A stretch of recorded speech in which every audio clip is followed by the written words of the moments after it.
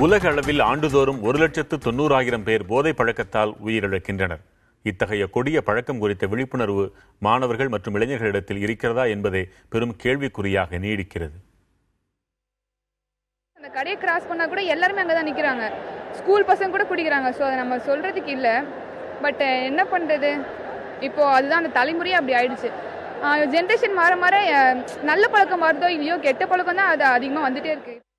இந்த மாணவி கூறியது போல போதைப் பழக்கங்களால் பாதிப்புக்கு உள்ளாகும் இளைஞர்களை மீட்டெடுக்கவும் போதைப் பழக்கத்தை ஒழிக்கும் விதமாகவும் சென்னை காவல்துறையினர் போதை ஒழிப்பு தினத்தை அனுசரித்தனர். இதையொட்டி கோயம்பேடு பேருந்து நிலையத்தில் நடைபெற்ற விழிப்புணர்வு பேரணியை காவல் ஆணையர் ஏ.கே. விஸ்வநாதன் தொடங்கி வைத்தார். புள்ளி விவரப்படி ஒரு வருடத்திற்கு உலக அளவில் சுமார் 1,90,000 பேர் இந்த போதைப்பொருள் பயன்பாட்டினால் உயிரிழக்கிறார்கள்.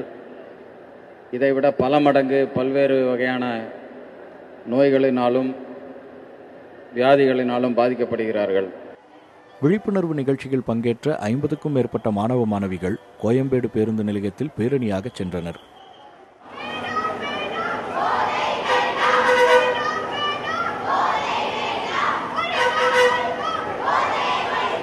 தண்ணி அடிக்கிறதுனால நிறைய ஆக்சிடென்ட்ஸ் கூட ரோட்ல மோஸ்ட்லி அதனால தான் நடக்குது. அதனால பெண்களுக்கு ரொம்ப பாதிப்பு.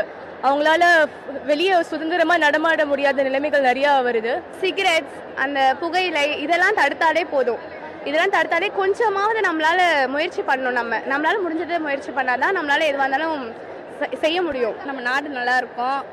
இல்லை குடிச்சிட்டு வீட்டில் சண்டை போடுறதோ அதுவும் இதுவும் இது பண்ணிட்டு இருக்காங்க. நம்ம அந்த மாதிரிலாம் பண்ணாமல் இருந்தால் நம்ம நாடு உருப்படியாக இருக்கும். ஸ்மோக்கிங்கால சின்ன குழந்தைக்கு கூட ஆபத்து இருக்குதுண்ணா. அது சமையலில் ஃபஸ்ட்டு ஒழிக்கணும்ண்ணா. பள்ளி பருவத்திலேயே போதைப்பொருள் பழக்கத்தை ஒழிப்பது குறித்த விழிப்புணர்வை புகுத்தினால் சமுதாயத்தில் பெரும் மாற்றத்தை கொண்டுவர முடியும் என்பது சமூக ஆர்வலர்களின் கருத்து. புதிய தலைமுறைக்காக ஒளிப்பதிவாளர் தினேஷுடன் செய்தியாளர் சுப்பிரமணியன்.